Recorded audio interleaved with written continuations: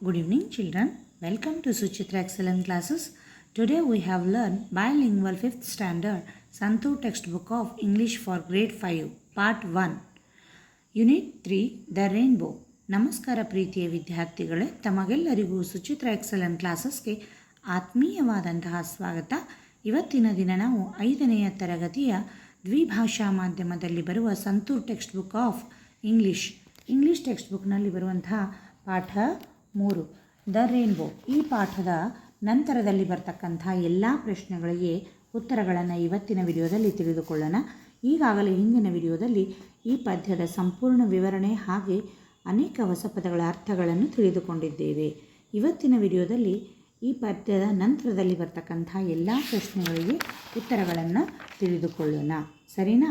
ಎಲ್ಲರೂ ಕೂಡ ಪೂರ್ತಿ ವಿಡಿಯೋವನ್ನು ನೋಡಿ ಪ್ರಶ್ನೆಗಳಿಗೆ ಉತ್ತರಗಳನ್ನು ಸರಿಯಾಗಿ ಬರೆದುಕೊಳ್ಳಿ. ಅರ್ಥ ಆಯ್ತಾ? ಯಾರಾದರೂ ಇದೇ ಮೊದಲ ಬಾರಿಗೆ ನಮ್ಮ ಚಾನಲ್ನ ನೋಡ್ತಾ ಇದ್ದರೆ ಪ್ಲೀಸ್ ನಮ್ಮ ಚಾನಲ್ನ ಸಬ್ಸ್ಕ್ರೈಬ್ ಮಾಡಿ, ಪಕ್ಕದಲ್ಲಿರ್ತಕ್ಕಂತಹ ಬೆಲ್ ಬಟನ್ ಪ್ರೆಸ್ ಮಾಡಿ. ಯಾಕಂದರೆ ನಾವು ಮಾಡುವಂತಹ ಪ್ರತಿಯೊಂದು ವಿಡಿಯೋಗಳ ನೋಟಿಫಿಕೇಷನ್ ನಿಮಗೆ ಬೇಗನೆ ತಲುಪುತ್ತದೆ. ಹಾಗೆಯೇ ನೀವು ಈ ವಿಡಿಯೋನ ಲೈಕ್ ಮಾಡೋದನ್ನು ಮರಿಬೇಡಿ, ಕಮೆಂಟ್ ಮಾಡಿ. ಹಾಗೆ ನಮ್ಮ ವಿಡಿಯೋಗಳನ್ನು ಹೆಚ್ಚು ಶೇರ್ ಮಾಡಿ. ನೀವು ಮಾಡುವಂಥ ಒಂದು ಲೈಕ್ ಕಮೆಂಟ್ ನಮಗೆ ತುಂಬ ಪ್ರೋತ್ಸಾಹದಾಯಕವಾಗಿರುತ್ತದೆ. ಸರಿನಾ? ಈಗ ಮೊದಲನೆಯದಾಗಿ ಎ, ಆನ್ಸರ್ ದ ಫಾಲೋಯಿಂಗ್. ಇಲ್ಲಿ ಪ್ರಶ್ನೆಗಳು 4 ಇವೆ. ನಂತರದಲ್ಲಿ ಬಿ, ಥಿಂಕ್ ಆ್ಯಂಡ್ ಡಿಸ್ಕಸ್. ಹಾಗೆ ನಂತರದಲ್ಲಿ ಅನೇಕ ಗ್ರಾಮರ್ ಪಾಯಿಂಟ್ಸ್ ಇದೆ. ಅವೆಲ್ಲವುಗಳನ್ನು ಸಂಪೂರ್ಣ ವಿವರಣೆ ಹೇಳ್ತಾ ನಾನೇನು ಮಾಡ್ತೀನಿ, ಈ ಪ್ರಶ್ನೆಗಳಿಗೆ ಉತ್ತರಗಳನ್ನು ಹೇಳ್ತಾ ಹೋಗ್ತೀನಿ. ಎಲ್ಲರೂ ಕೂಡ ಅವುಗಳನ್ನ ನೋಡಿ ಸರಿಯಾಗಿ ಬರೆದುಕೊಳ್ಳಿ. Let us start the question answers. The rainbow. A, answer the following. First one, explain the meaning of the word bow used in the poem. Answer: in the poem, the word bow is used for a rainbow because its shape looks like a bow. Second one, which bridge does the poet like more and why? Answer: the poet likes the bridge that connects the earth and sky more than the bridges on rivers because it is more beautiful. Next, third question. The word these is used for different things in stanzas 1 and 2. What are the things for which these has been used in each stanza? Answer: in stanza 1, these is used for boats and ships.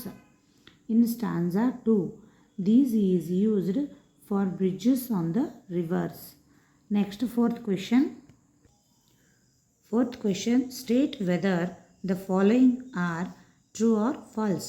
ಈ 4 ವಾಕ್ಯಗಳು true ಅಥವಾ falls ಅನ್ನೋದನ್ನು ಗುರುತಿಸಿ ಬರಿಬೇಕು. First one ನೋಡಿ, ships sale on the river. ನೋಡಿ, ನಾನು ಹೇಳಿದಂತೆ ಇವೇನಪ್ಪ ಇವು ಅಂದ್ರೆ ಹಡಗುಗಳು ಸಮುದ್ರದ ಮೇಲೆ ತೇಲುತ್ತವೆ, ನದಿಯ ಮೇಲೆ ತೇಲುತ್ತವೆ ಅಂತ ಇಲ್ಲಿ ಕೊಟ್ಟಿದ್ದಾರೆ. ಇದು ರಾಂಗ್, ಇದು ಫಾಲ್ಸ್. ಹೌದಾ? Next, boats sails on the sea. This is also wrong, false. Next, bridges are built on the river. ಸೇತುವೆಗಳು ನದಿಯ ಮೇಲೆ ಕಟ್ಟಲಾಗಿರುತ್ತದೆ. ಸರಿ, true. A road is built from earth to sky. ನೋಡಿ, a road is built from earth to sky to the sky. This is also true. ಅಂದರೆ rainbow ಅರ್ಥದಿಂದ ಭೂಮಿಯಿಂದ ಆಕಾಶದ ಕಡೆಗೆ ಏನು ಮಾಡಿದೆ, ಒಂದು ರೋಡನ್ನು ಬಿಲ್ಟ್ ಮಾಡಿದೆ. ಇದು ಸರಿ. Next B, think and discuss. ಇಲ್ಲಿ 3 ಪ್ರಶ್ನೆಗಳನ್ನು ಕೊಡಲಾಗಿದೆ. ಅವುಗಳಿಗೆ ಉತ್ತರಗಳನ್ನು ಈಗ ಒಂದೊಂದಾಗಿ ನೋಡ್ತಾ ಹೋಗೋಣ. B, first question, what are the ways in which you can cross a river? Answer: we can cross a river using a boat, ship, bridge or by swimming. Second one, have you ever seen a rainbow in real life or in pictures? How did you feel? Answer: yes, I have seen a rainbow. I felt very happy and excited. Next, third question. If you could walk on a rainbow, where do you think it would take you? Answer: I think it would take me to the sky. This is third question answer. B. 3 ಪ್ರಶ್ನೆಗಳಿಗೆ ಉತ್ತರಗಳನ್ನು ನಾವೀಗ ತಿಳಿದುಕೊಂಡಿದ್ದೇವೆ. Next question number A. Let us learn. Question number A. Rearrange the letters of each word to form a meaningful word from the poem. Write them in the space provided. ನೋಡಿ, ಇಲ್ಲಿ ಶಬ್ದಗಳನ್ನು ಕೊಡಲಾಗಿದೆ. ಅವುಗಳು ಏನಾಗಿವೆ? ಹಿಂದೆ ಮುಂದೆ ಆಗಿವೆ. ಅವುಗಳನ್ನ ರೀಅರೇಂಜ್ ಮಾಡಬೇಕು. ಮಾಡಿ ಮುಂದೆ ಕೊಟ್ಟಿರ್ತಕ್ಕಂಥ ಬಾಕ್ಸಸ್ನಲ್ಲಿ ಪ್ರತಿಯೊಂದು ಬಾಕ್ಸ್ನಲ್ಲಿ ಒಂದೊಂದು ಲೆಟ್ರ್ ಬರೋದು ಮೀನಿಂಗ್ಫುಲ್ ವರ್ಡ್ ಮಾಡಬೇಕು. ಅರ್ಥ ಆಯ್ತಾ? ಫಾರ್ ಎಕ್ಸಾಂಪಲ್ ಇಲ್ಲೊಂದು ಅವರು ಕೊಟ್ಟಿದ್ದಾರೆ. ಇಲ್ಲಿ ನೋಡಿ, SIAL, ಇದು ಸೇಲ್, SAIL. ಹೌದಾ? ಅಲ್ಲೇ ಒಂದೆರಡು ಅಕ್ಷರಗಳು ಹಿಂದೆ ಮುಂದೆ ಆಗಿರ್ತವೆ. ಅವುಗಳನ್ನ ಏನು ಮಾಡಬೇಕು? ಸರಿ ಮಾಡಿ ಅರ್ಥಪೂರ್ಣ ಪದವನ್ನಾಗಿ ಬರಿಬೇಕು. Sail, river, sea, clouds, bridges, heaven, over tops, bow, road. ಅರ್ಥ ಆಯ್ತಾ? Next B1. Work in pairs. One of you moves a finger around in the circle. When your partner says stop, perform the action indicated by the segment that the finger lands on. ನೋಡಿ, ಇಲ್ಲೇನು ಮಾಡಬೇಕಪ್ಪ ಅಂದ್ರೆ, ಇದು ಒಂದು game ಏನಿದೆ ನೋಡಿ, ಇದೊಂದು circle ಇದೆ.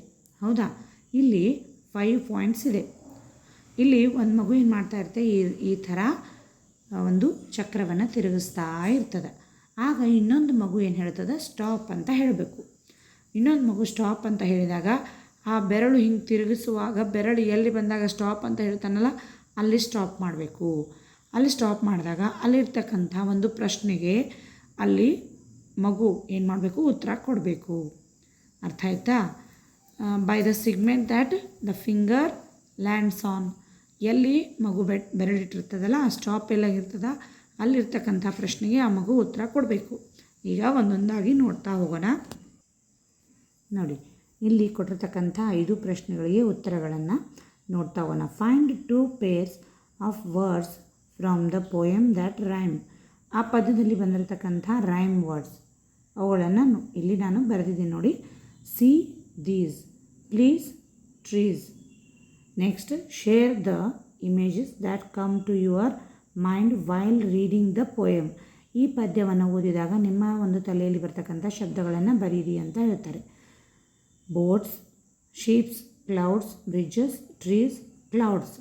Next, find those words from the poem which have been repeated. Sail, sky, prettier, far, than, these. ನೋಡಿ, ಈ ಒಂದು ಪದ್ಯದಲ್ಲಿ ಬರ್ತಕ್ಕಂತಹ ರಿಪೀಟೆಡ್ ವರ್ಡ್ಸ್, ಪದೇ ಪದೇ ಬಂದಿರತಕ್ಕಂಥ ಶಬ್ದಗಳು ಇವಾಗಿವೆ. Next, name a musical instrument that you will use if you have to sing the poem. ನೋಡಿ, ಇಲ್ಲಿ ಈ ಒಂದು ಪದ್ಯದಲ್ಲಿ ಬರ್ತಕ್ಕಂತಹ ಇನ್ಸ್ಟ್ರೂಮೆಂಟ್ ಅವುಗಳನ್ನು ನೀವೇನು ಮಾಡಬೇಕು? ಬರಿತಾ ಹೋಗಬೇಕು. ಅಂದರೆ name the musical instruments that you will use. ನೀವು ಬಳಸ್ತಕ್ಕಂತಹ, ಈ ಪದ್ಯವನ್ನು ಹಾಡಲು ನೀವು ಬಳಸ್ತಕ್ಕಂಥ ಕೆಲವೊಂದಿಷ್ಟು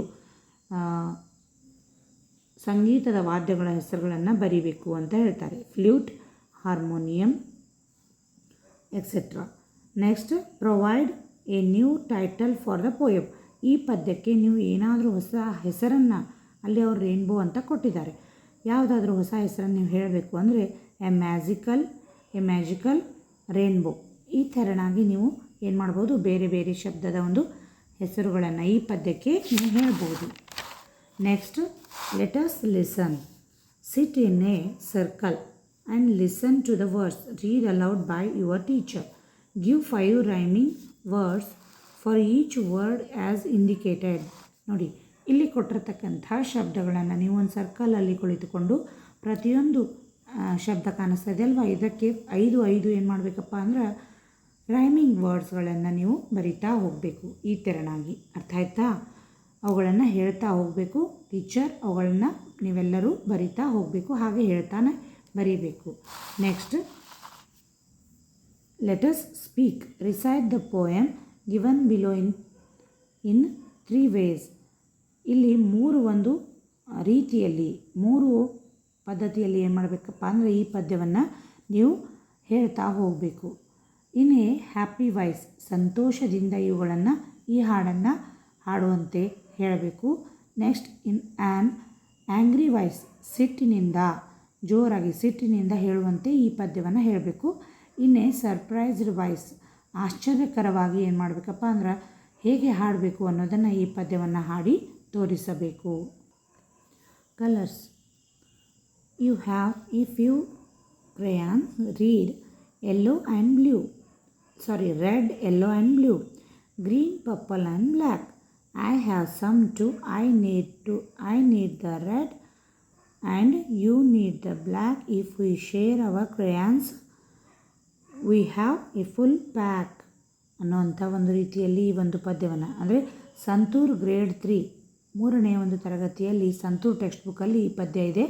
ಅದನ್ನು ಏನು ಮಾಡಿದಾರಪ್ಪ ಇಲ್ಲಿ ನಿಮಗೆ ಕೊಡಲಾಗಿದೆ. ಅವುಗಳನ್ನ ನೀವು ಈ ರೀತಿಯಾಗಿ ಸಂತೋಷವಾಗಿ ಸಿಟ್ಟಿನಿಂದ ಮತ್ತು ಆಶ್ಚರ್ಯಕರವಾಗಿ ಈ ಪದ್ಯವನ್ನು ನೀವು ಓದಬೇಕು.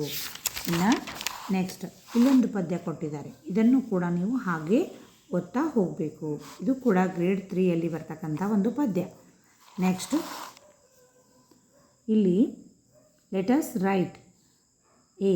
The poem The Rainbow mentions boats and ships and their journey across the water bodies. You too may have travelled to different places.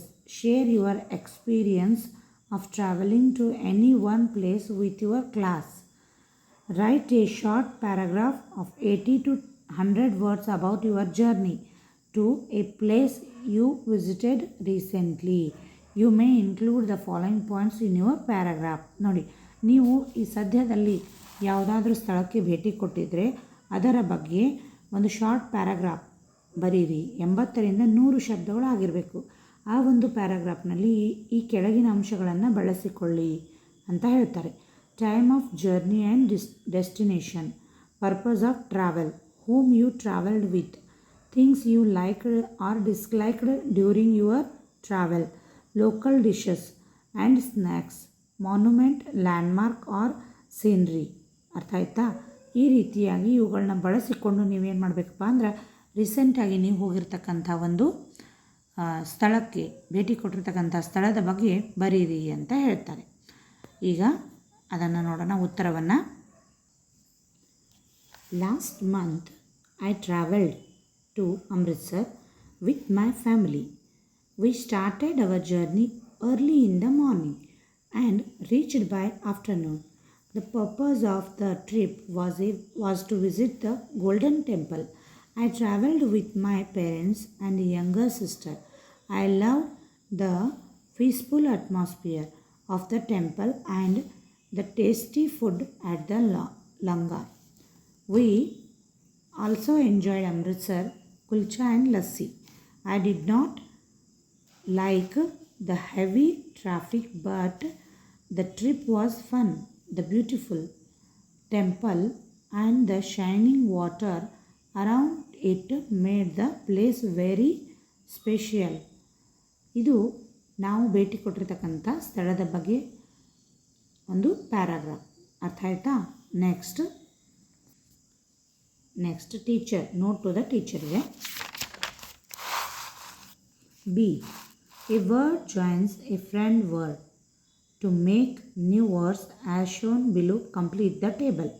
Word, friend word and new word. ನೋಡಿ, ಇಲ್ಲಿ ಒಂದು ರೇನ್ಬೋ, ಎರಡು ಸೇರಿ rainbow. Tea cup, tea cup. Wrist watch, wrist watch. Arm chair, arm chair. Earth worm, earth worm. Sun flower, sunflower. Next table cloth, table cloth. Note book, notebook. Ear ring, earring. Tooth paste, tooth paste. ನೋಡಿ, ಇಲ್ಲಿ picture ಕೂಡ ಕೊಡಲಾಗಿದೆ. Rainbow, tea cup, wrist watch, arm chair, earth worm and sunflower, table cloth, notebook, earring, tooth paste. ಹೌದಾ? ಪಿಕ್ಚರ್ಗಳನ್ನು ಕೂಡ ಕೊಡಲಾಗಿದೆ. ಹಾಗೆ word ಮತ್ತು ಫ್ರೆಂಡ್ ವರ್ಡ್ ಎರಡನ್ನು ಬಳಸಿ ನ್ಯೂ ವರ್ಡನ್ನು ರಚನೆ ಮಾಡಲಾಗಿದೆ. ಹೌದಾ? ಇನ್ನು next, read the following sentences. A. I have seen a bridge made of roots in Meghalaya. In the above sentence, the word bridge is a noun. ಈ ಒಂದು ವಾಕ್ಯದಲ್ಲಿ I have seen a bridge made of roots in Meghalaya. ಈ ವಾಕ್ಯದಲ್ಲಿ bridge ಅನ್ನೋದು noun ಅಂದರೆ ನಾಮಪದ. ಹೌದಾ? ಇನ್ನು ಬಿ ಪ್ರಶ್ನೆಯಲ್ಲಿ some planks of woods were used to bridge the stream. In the above sentence, the word bridge is verb. ನೋಡಿ, ಇಲ್ಲಿ ಬ್ರಿಡ್ಜ್ ಅದೇ ಶಬ್ದ ಕ್ರಿಯಾಪದವಾಗಿ ವರ್ಕ್ ಆಗ್ತದೆ. ಇಲ್ಲಿ ಈ ವಾಕ್ಯದಲ್ಲಿ ಇದು ಒಂದು ವರ್ಬ್, ಇದು ನೌನ್. ಬ್ರಿಡ್ಜ್ ಕಾಣಿಸ್ತಾ ಇದೆಯಾ? ಮೊದಲನೇ ವಾಕ್ಯದಲ್ಲಿ ಬ್ರಿಡ್ಜ್ ಇದು ನೌನ್, ಸೆಕೆಂಡ್ ವಾಕ್ಯದಲ್ಲಿ ಬ್ರಿಡ್ಜ್ ವರ್ಬ್. ಒಂದೇ ಶಬ್ದವನ್ನು ಬಳಸಿ ನಾಮಪದವಾಗಿ ಮತ್ತು ಕ್ರಿಯಾಪದವಾಗಿ ಅದನ್ನು ಬಳಸಲಾಗುತ್ತದೆ. ಈಗ next question. See, the following words are both nouns and verbs. Create 2 sentences for each word, once as a noun and then as a verb, and write them in your notebook. ನೋಡಿ, ಒಂದೇ ಒಂದು ಶಬ್ದವನ್ನು ಅಂದರೆ ಇಲ್ಲಿ ಒಟ್ಟು 10 ಶಬ್ದಗಳನ್ನು ಕೊಡಲಾಗಿದೆ. ಈ 10 ಶಬ್ದಗಳಲ್ಲಿ ಒಂದೊಂದು ಶಬ್ದಕ್ಕೆ ಎರಡೆರಡು ವಾಕ್ಯಗಳು, ಒಂದು ನೌನ್ ಮತ್ತೊಂದು ವರ್ಬ್. ಒಂದೇ ಶಬ್ದವನ್ನು ನೌನ್ ಆಗಿಯೂ ಮತ್ತು ವರ್ಬ್ ಆಗಿಯೂ ಬಳಸಿ ವಾಕ್ಯಗಳನ್ನು ರಚನೆ ಮಾಡಬೇಕು. ಈಗ ನಾನಿಲ್ಲಿ ಒಂದೊಂದಾಗಿ ಹೇಳ್ತಾ ಹೋಗ್ತೀನಿ ನೋಡಿ. ಕಟ್ ಅನ್ನುವಂಥ ಶಬ್ದವನ್ನು ಬಳಸಿ ನೌನ್ ಆಗಿ he has a small cut on his hand. Verb ಆಗಿ please cut the apple to eat. Next second one bat. I bought a new bat for cricket. Verb ಆಗಿ he will bat first in the match. Picture. The picture is very beautiful. I can picture the whole scene in my mind. Cry. The baby's cry was very loud. Don't cry, everything will be okay. Filter. Use a filter to clean the water. Please filter the juice before serving. Dance. We saw a lovely dance on stage. Noun. Verb. I love to dance in parties. Next, plant. This plant has green leaves. Noun. We will plant trees in the garden. Verb. ಇಲ್ಲಿ plant ಅನ್ನೋದು verb ಆಗಿ use ಆಗಿದೆ. Next, paint. The wall needs a fresh paint. She will paint the picture tomorrow. Fly was sitting on the table. Birds fly in the sky. Verb. Face her face was smiling. We must face our problems bravely. Verb. ನೋಡಿ, ನಾನು ಇಲ್ಲಿ ಮುಂದೆ ಬ್ರ್ಯಾಕೆಟ್ನಲ್ಲಿ noun ಮತ್ತು verb ಪ್ರತಿಯೊಂದು ಇಲ್ಲಿ face ಈ ಶಬ್ದವನ್ನು ಬಳಸಿ ನೌನ್ ಆಗಿ ಒಂದು ವಾಕ್ಯ, ವರ್ಬ್ ಆಗಿ ಒಂದು ವಾಕ್ಯ, ಈ ರೀತಿಯಾಗಿ 10 ಶಬ್ದಗಳನ್ನು ಬಳಸಿ ಪ್ರತಿ ವಾಕ್ಯದಲ್ಲಿಯೂ ನೌನ್ ಮತ್ತು ವರ್ಬ್ ಎರಡೂ ವಾಕ್ಯಗಳನ್ನು ನಾನಿಲ್ಲಿ ರಚನೆ ಮಾಡಿ ಹೇಳಿದ್ದೇನೆ. ಅವುಗಳನ್ನು ಸರಿಯಾಗಿ ಬರೆದುಕೊಳ್ಳಿ. ಸರಿನಾ? Next D. First one, write the opposites of the following words in the space provided. All your answers must begin with an S. ನೋಡಿ, ಇಲ್ಲಿ ಕೆಲವೊಂದಿಷ್ಟು ಶಬ್ದಗಳನ್ನು ಕೊಟ್ಟಿದ್ದಾರೆ. ಈ ಶಬ್ದಕ್ಕೆ ಅಪೋಸಿಟ್ ಶಬ್ದಗಳನ್ನು ಬರೀಬೇಕು. ಆದರೆ ಒಂದು ಕಂಡೀಷನ್ ಏನಪ್ಪ ಅಂದ್ರೆ ಅದು ಎಸ್ ಅಕ್ಷರದಿಂದನೇ ಆರಂಭ ಆಗಿರಬೇಕು. ಒಂದು ಎಕ್ಸಾಂಪಲ್ ಏನು ಬರೆದಿದ್ದಾರೆ ನೋಡಿ.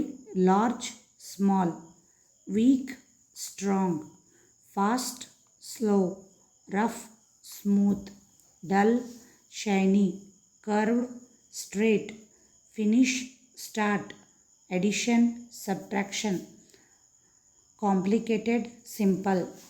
ಮೈಲ್ಡ್, ಸ್ಟ್ರಾಂಗ್, ಬ್ಲಂಟ್, ಶಾರ್ಪ್ ಇವೆಲ್ಲವುಗಳು ವಿರುದ್ಧಾರ್ಥಕ ಪದಗಳಾಗಿವೆ. ಹೌದಾ? Next, now make sentences using the words that you have return in the blanks, write them in your notebook. ನೋಡಿ, ಇಲ್ಲಿ ಕೊಟ್ಟಿರ್ತಕ್ಕಂಥ ಶಬ್ದಗಳನ್ನು ಬಳಸಿ ಏನು ಮಾಡಬೇಕಪ್ಪ ಅಂದ್ರೆ ಒಂದೊಂದು ಸೆಂಟೆನ್ಸನ್ನು ಮಾಡಿ ಅಂತ ಹೇಳ್ತಾರೆ. ಈ ಒಂದು ಪ್ರತಿಯೊಂದು ಶಬ್ದಗಳನ್ನು ಬಳಸಿ ಸೆಂಟೆನ್ಸನ್ನು ಮಾಡಬೇಕು. Small, strong, slow, smooth, shiny, straight, start, subtraction, simple, strong, sharp. ಅರ್ಥ ಆಯ್ತಾ? ಈಗ ಇವುಗಳಿಗೆ ವಾಕ್ಯಗಳನ್ನು ನೋಡೋಣ. First one, small. I saw A small bird. Strong. This rope is very strong. Slow. The turtle walks slow. Smooth. Har hair is smooth. Shiny. His shoes are shiny. Straight. Draw a straight line. Start. We will start the game. Subtraction. I did a subtraction sum. Simple. This is a simple question. Strong. We should eat food to become strong. Sharp. The pencil is sharp. ಈ ರೀತಿಯಾಗಿ ಇವುಗಳ ವಾಕ್ಯಗಳನ್ನು ಮಾಡಬೇಕು. ಅರ್ಥ ಆಯ್ತಾ? Next ಈ VIBGYOR, the colours of the rainbow. ನಾನು ಈ ಒಂದು ಹಿಂದಿನ ವಿಡಿಯೋದಲ್ಲಿ ರೇನ್ಬೋ ಒಂದು ಪದ್ಯದ ವಿವರಣೆಯನ್ನು ಹೇಳುವಾಗ ಈ ವಿಬ್ ಗಿಯಾರ್ ಬಗ್ಗೆ ಹೇಳಲಾಗಿದೆ. VIBGYOR is an easy way to remember the 7 colours of the rainbow in order. ನೋಡಿ, ಈ ವಿಬ್ ಗಿಯಾರ್ ಅನ್ನೋದು ಇದೊಂದು ಈಸಿ ವೇ ಆಗಿದೆ, ಸರಳ ಒಂದು ಪದ್ಧತಿಯ ದಾರಿಯಾಗಿದೆ. ಹೇಗೆಪ್ಪ ಅಂದರೆ ರೇನ್ಬೋನ ಕಲರ್ಸನ್ನು ನೆನಪಿಡಲಿಕ್ಕೆ ಇದು ಸರಳ ದಾರಿ. VIBGYOR. ವಿ ಅಂದರೆ violet, I indigo, B blue, G green, Y yellow, O orange, R red. ಈ ರೀತಿಯಾಗಿ ವಿಬ್ ಗಿಯಾರ್ ಅನ್ನುವಂಥ ಒಂದು ಸೂತ್ರದ ಮೇಲೆ ಈ 7 ಬಣ್ಣಗಳನ್ನು ನಾವು ಸೀರಿಯಲ್ ಆಗಿ ನೆನಪಿಟ್ಕೋಬಹುದು. Next, when sunlight passes through rain droplets, it splits into these 7 beautiful colors forming a rainbow in the sky. ನೋಡಿ, ಯಾವಾಗ ಸೂರ್ಯನ ಬೆಳಕು ಮಳೆಯ ಒಂದು ಹನಿಗಳ ಮೂಲಕ ಹಾಯ್ದು ಹೋಗುತ್ತದಲ್ಲ, ಆಗ ಏನಾಗ್ತದೆ ಅಂದ್ರೆ ಸೂರ್ಯನ ಕಿರಣಗಳು ಮಳೆಯ ನೀರಿನ ಹನಿಯಲ್ಲಿ ಹೋಗೋದ್ರಿಂದ ಆ ಬಣ್ಣಗಳ ಚದುರುವಿಕೆಯಾಗಿ ಈ 7 ಬಣ್ಣಗಳು ಅಂದರೆ ಕಾಮನ ಬಿಲ್ಲು ಅಲ್ಲಿ ರಚನೆ ಆಗ್ತದೆ. ಮಳೆ ಮತ್ತು ಬಿಸಿಲು ಒಟ್ಟಾಗಿ ಬಂದಾಗ ಮಾತ್ರ ಕಾಮನ ಬಿಲ್ಲು ರಚನೆ ಆಗ್ತದೆ ಅಲ್ವಾ?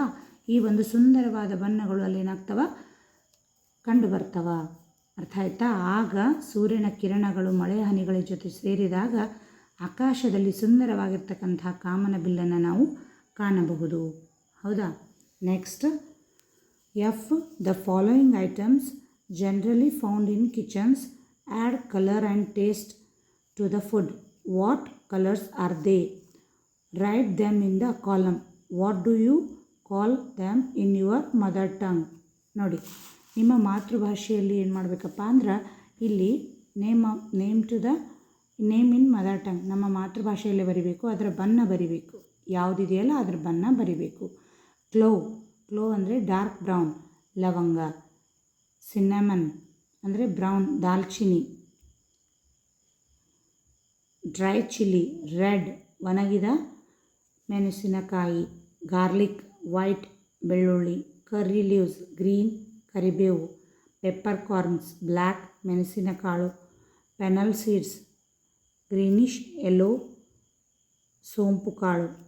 ಕ್ಯೂಮಿನ್ ಸೀಡ್ಸ್, ಬ್ರೌನ್, ಜೀರಿಗೆ. ಮಸ್ಟರ್ಡ್ ಸೀಡ್ಸ್, ಬ್ರೌನ್, ಸಾಸಿವೆ. ಈ ರೀತಿಯಾಗಿ ಕೊಟ್ಟಿರ್ತಕ್ಕಂಥ ಒಂದು ಐಟಮ್ಗಳ ಬಣ್ಣ ಮತ್ತು ಅವುಗಳ ಭಾಷೆ ಅಂದರೆ ನಮ್ಮ ಮದರ್ ಟಂಗಲ್ಲಿ ಅದನ್ನು ಏನಂತ ಕರೆಯಲಾಗುತ್ತದೆ ಅನ್ನೋದನ್ನು ಇಲ್ಲಿ ಬರೆಯಲಾಗಿದೆ. G. Welcome to the land of flower pats.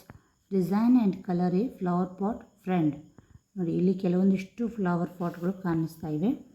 ಇವುಗಳ ಥರನೇ ಏನು ಮಾಡಬೇಕಪ್ಪ ಅಂದ್ರೆ ಇಲ್ಲಿ ಕಾಣಿಸ್ತಿರ್ತಕ್ಕಂಥ ಒಂದು ಫ್ಲವರ್ ಪಾಟ್ಗೆ ಕಲರ್ ಮಾಡಬೇಕು.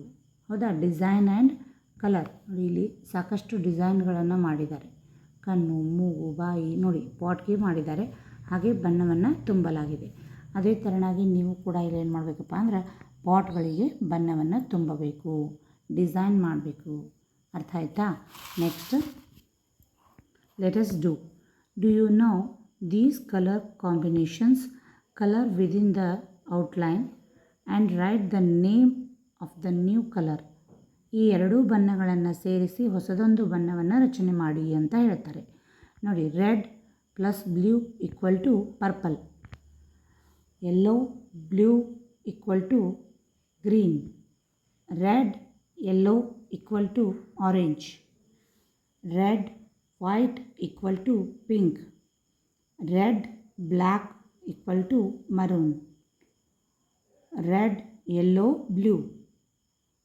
ಈ ಮೂರು ಬಣ್ಣಗಳನ್ನು ಸೇರಿಸಿದಾಗ ಬ್ರೌನ್ ಬಣ್ಣ ಸಿಗುತ್ತದೆ. ಅರ್ಥ ಆಯ್ತಾ? ಈ ಎಲ್ಲ ಬಣ್ಣಗಳನ್ನು ನೀವೇನು ಮಾಡಬೇಕಪ್ಪ ಅಂದ್ರೆ ಕರೆಕ್ಟಾಗಿ ಎರಡೂ ಬಣ್ಣಗಳನ್ನ ಸೇರಿಸಿ ಮತ್ತೊಂದು ಬಣ್ಣವನ್ನು ಇಲ್ಲಿ ರಚನೆ ಮಾಡಲಾಗಿದೆ. ಅವುಗಳನ್ನು ನೀವು ಈ ರೀತಿಯಾಗಿ ಬಣ್ಣ ತುಂಬಿ ಕೆಳಗಿನ ಒಂದು ಮಿಸ್ಸಿಂಗ್ ಲೆಟರ್ನಲ್ಲಿ ಬರೆದು ಕಂಪ್ಲೀಟ್ ಮಾಡಬೇಕು. ಸರಿನಾ? Next let us explore. Make A list of different types of boats, collect pictures and information about the listed types of boats, make a presentation to depict the differences among them. ನೋಡಿ, ಈ ಪ್ರಶ್ನೆ ಏನಪ್ಪ ಅಂದ್ರೆ ವಿವಿಧ ರೀತಿಯ ಒಂದು ಬೋಟ್ಗಳನ್ನು ಏನು ಮಾಡಬೇಕಪ್ಪ ಅಂದ್ರೆ ವಿವಿಧ ರೀತಿಯ ಬೋಟ್ಗಳನ್ನು ನಮಗೆ ಕಲೆಕ್ಟ್ ಮಾಡಿ ತೋರಿಸಿ ಅದರ ಬಗ್ಗೆ ಇನ್ಫಾರ್ಮೇಷನನ್ನು ಲಿಸ್ಟ್ ಔಟ್ ಮಾಡಬೇಕು. ಹಾಗೆ ಟೈಪ್ಸ್ ಆಫ್ ಬೋಟ್ಸನ್ನು ಲಿಸ್ಟ್ ಔಟ್ ಮಾಡಿ ಅದರ ಬಗ್ಗೆ ನೀವೇನು ಮಾಡಬೇಕು, ಪ್ರೆಸೆಂಟೇಷನ್ ಯಾವ್ಯಾವ ರೀತಿಯ ಬೋಟ್ಗಳಿವೆ ಅನ್ನೋದನ್ನು ಹೇಳಬೇಕು. B, split the class into 2 groups. One group can talk about human made things like ships and bridges, while the other discusses natural things like clouds and rainbows. Let them share their thoughts. ನೋಡಿ, ಈ ಒಂದು ವರ್ಗ ಕೊನೆಯಲ್ಲಿ ಏನು ಮಾಡಬೇಕಪ್ಪ ಅಂದರೆ 2 ಗುಂಪುಗಳನ್ನು ಮಾಡಬೇಕು. ಒಂದು ಗುಂಪಿಗೆ ಏನು ಕೆಲಸಪ್ಪ ಅಂದ್ರೆ ಮನುಷ್ಯನು ತಯಾರಿಸಿರ್ತಕ್ಕಂಥ ಒಂದು ವಸ್ತುಗಳು, ಹಡಗು, ಆಮೇಲೆ ಸೇತುವೆ ಇರಬಹುದು. ಈ ರೀತಿಯ ಉದಾಹರಣೆ ನಾವು ಕೊಟ್ಟಿದ್ದೀವಿ, ಇಲ್ಲಿ ಕೊಟ್ಟಿದ್ದಾರೆ. ಅದೇ ಥರನಾಗಿ ನೀವು ಬೇರೆ ಬೇರೆ ಒಂದು ವಸ್ತುಗಳನ್ನ ಕೊಡ್ಬೋದು. While the other discusses natural things ಅಂದರೆ ಇನ್ನೊಂದು ಗುಂಪಿನವ್ರು ಏನು ಮಾಡಬೇಕಪ್ಪ ಅಂದ್ರೆ ನೈಸರ್ಗಿಕವಾಗಿರ್ತಕ್ಕಂಥ ಮೋಡಗಳು, ಕಾಮನ ಬಿಲ್ಲು, ಅವುಗಳ ಬಗ್ಗೆ ಚರ್ಚೆ ಮಾಡಬೇಕು. ಆಮೇಲೆ ನೀವು ಅವರವರು ಏನು ಮಾಡ್ತಾರೆ, ತಮ್ಮ ತಮ್ಮ ಯೋಚನೆಗಳನ್ನು ಇಲ್ಲಿ ಚರ್ಚೆ ಮಾಡಲಾಗುತ್ತೆ, ಹಂಚಿಕೊಳ್ಳಲಾಗುತ್ತದೆ. ಇದು ಬಿ ಒಂದು ಪ್ರಶ್ನೆ. Did you know? ಇಲ್ಲಿ ಐಸಾಕ್ ನ್ಯೂಟನ್ ಅನ್ನುವಂಥ ವಿಜ್ಞಾನಿ ಏನು ಮಾಡಿದ್ದಾರೆ ಅಂದರೆ ಒಂದು ಸ್ಪಿನ್ನಿಂಗ್ ಡಿಸ್ಕನ್ನು ರೆಡಿ ಮಾಡಿದ್ದಾರೆ. ಇದರಲ್ಲಿ ಕಾಮನ ಬಿಲ್ಲಿನಲ್ಲಿರ್ತಕ್ಕಂಥ 7 ಬಣ್ಣಗಳಿವೆ. ಹೌದಾ? Violet, IndiGo, blue, green, yellow, red, orange, red. ಈ ರೀತಿಯಾಗಿ 7 ಬಣ್ಣಗಳನ್ನು ಹೊಂದಿರತಕ್ಕಂಥ ಒಂದು ಸರ್ಕಲನ್ನು ಇಲ್ಲಿ ರಚನೆ ಮಾಡಿದ್ದಾರೆ. ಅದನ್ನು ಜೋರಾಗಿ ತಿರುಗಿಸಲಾಗುತ್ತದೆ. Spins very fast. ಅದನ್ನು ಏನು ಮಾಡ್ತಾರೆ ಅವರು, ಜೋರಾಗಿ ತಿರುಗಿಸಿದಾಗ ಅದು ಏನನ್ನು ತೋರಿಸ್ತದೆ, ವೈಟ್, ಓನ್ಲಿ ಬಿಳಿ ಬಣ್ಣ ಮಾತ್ರ ನಮ್ಮ ಕಣ್ಣಿಗೆ ಗೋಚರ ಆಗ್ತದೆ. ಎಲ್ಲ ಬಣ್ಣಗಳು ಸೇರಿ ಜೋರಾಗಿ ತಿರುಗಿಸಿದಾಗ ನಮಗೆ ಕಾಣಿಸುವ ಬಣ್ಣ ಯಾವುದಪ್ಪ ಅಂದ್ರೆ ಬಿಳಿ ಬಣ್ಣ ಮಾತ್ರ. ಅರ್ಥ ಆಯ್ತಾ? ಈ ರೀತಿಯಾಗಿ ಒಂದು ಪ್ರಯೋಗವನ್ನು ಅವರು ಕಾಮನ ಬಿಲ್ಲಿನ ಬಣ್ಣಗಳನ್ನು ಬಳಸಿ ಮಾಡಲಾಗಿದೆ. ಅರ್ಥ ಆಯ್ತಾ ಮಕ್ಕಳೇ? ಇದುವರೆಗೂ ನಾವು ಈ ಒಂದು ರೇನ್ಬೋ ಅನ್ನುವಂಥ ಪಾಠದ ನಂತರದಲ್ಲಿ ಬರ್ತಕ್ಕಂಥ ಎಲ್ಲ ಪ್ರಶ್ನೆಗಳಿಗೆ ಉತ್ತರಗಳನ್ನು, ಆ್ಯಕ್ಟಿವಿಟಿಗಳನ್ನು, ಗ್ರಾಮರ್ ಟಾಪಿಕನ್ನು ತಿಳಿಯುತ್ತಾ ಬಂದಿದ್ದೇವೆ. ಎಲ್ಲರೂ ಕೂಡ ಪೂರ್ತಿ ವಿಡಿಯೋವನ್ನು ನೋಡಿ ಇವೆಲ್ಲವುಗಳನ್ನು ಸರಿಯಾಗಿ ಅರ್ಥ ಮಾಡಿಕೊಂಡು ಬರೆದುಕೊಳ್ಳಿ. ಸರಿನಾ? ಈ ವಿಡಿಯೋ ನಿಮಗೆ ಲೈಕ್ ಆಗಿದ್ದರೆ ಲೈಕ್ ಮಾಡಿ, ಕಮೆಂಟ್ ಮಾಡಿ, ನಮ್ಮ ವಿಡಿಯೋಗಳನ್ನು ಹೆಚ್ಚು ಹೆಚ್ಚು ಶೇರ್ ಮಾಡಿ. Thanks for watching.